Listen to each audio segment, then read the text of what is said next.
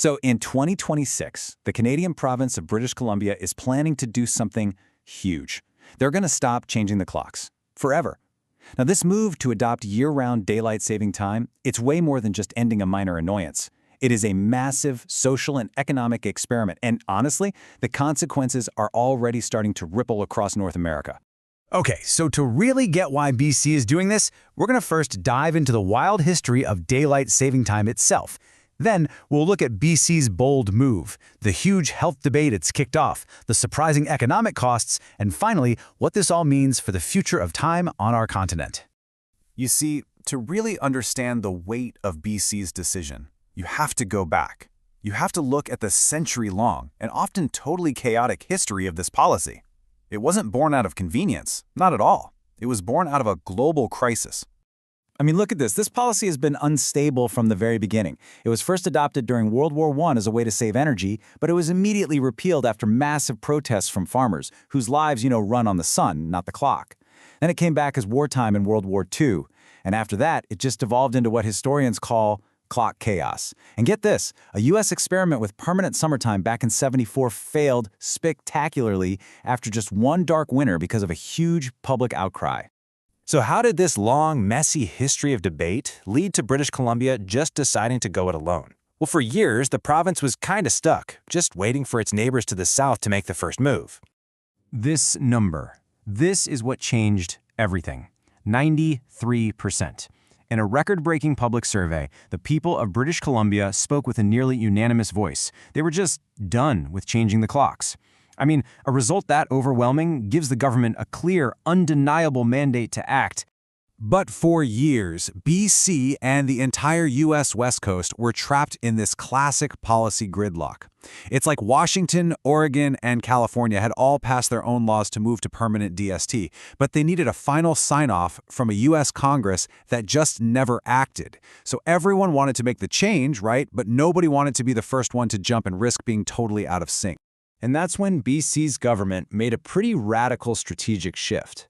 Realizing that the U.S. was basically paralyzed legislatively, Premier David Eby decided British Columbia would just act on its own. It would take the leap and, in his own words, give them a push. Okay, but getting rid of the clock change, that was actually the easy part. The really controversial decision was which time to adopt permanently.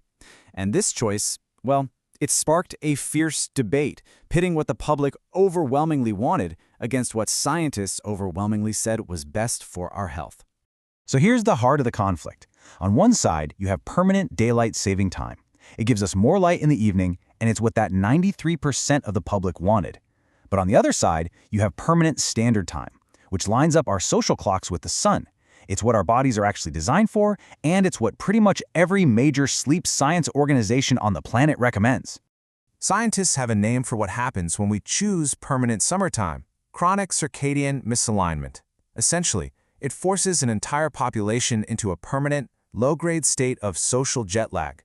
Our internal body clock is constantly fighting our work and school schedules. And this isn't just about feeling a little groggy. It's linked to really serious long-term health risks. And the practical impact of this, especially in winter, is just stark. Look at these numbers. Sunrise in Vancouver will shift from around 8 a.m. to after 9 a.m. If you go further north to Prince Rupert, the sun won't rise until after 10 in the morning. Now, for the average office worker, that might just mean a dark commute. But think about teenagers, whose body clocks are already naturally delayed. It means they'll be waking up, traveling, and starting their school day in complete darkness, long before their brains get that crucial signal to be awake and alert. As sleep researcher Dr. Miriam Judah explains it, that blast of morning sunlight is the most important signal for syncing up our internal clock. Without it, our bodies don't get the cue to wake up. And then, with extra light in the evening, our bodies don't get the cue to wind down for sleep. It messes with the very core of our biological rhythm.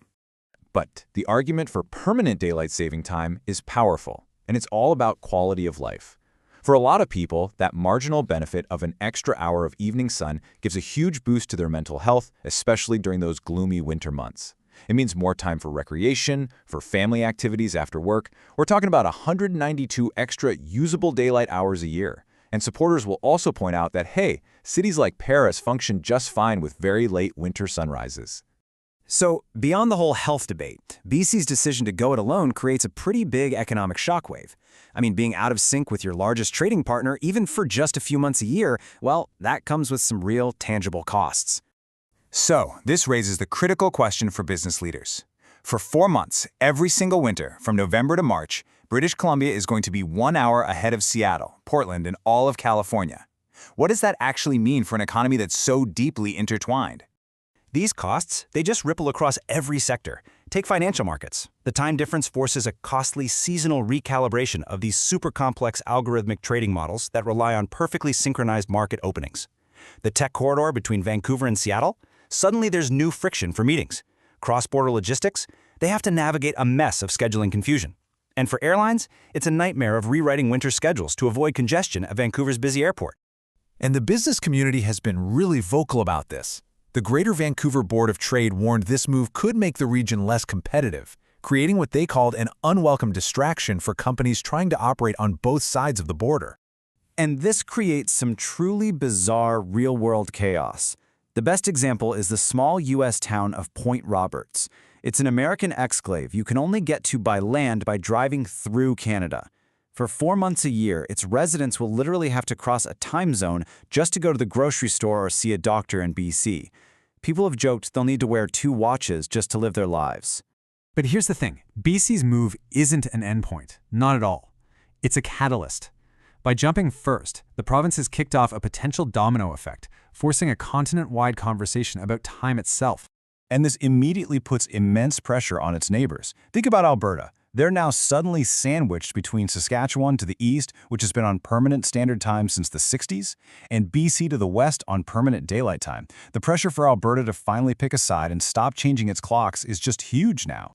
And way over in the east, a similar logjam has existed for years. Ontario has a law ready to go, but it's conditional. It only kicks in if Quebec and New York move at the same time. But now with BC breaking the deadlock out west, the political pressure is mounting for them to finally find their own solution. So in effect, BC's action has basically laid out a policy roadmap for the rest of North America. Step 1, governments have to accept that the public is just overwhelmingly done with changing the clocks. Step 2, they've got to resolve this difficult debate between the health arguments for standard time and the social appeal of daylight time. And finally, step 3 and 4, they have to work together across borders to create a unified policy that ends this chaos for good.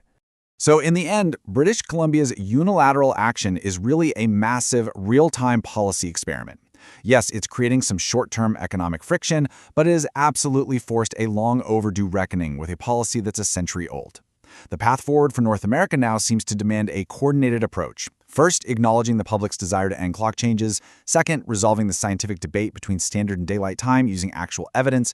And third, establishing solid cross-border agreements. Really, that's the only way to achieve a stable, unified time policy that actually aligns with our health, our commerce, and modern life.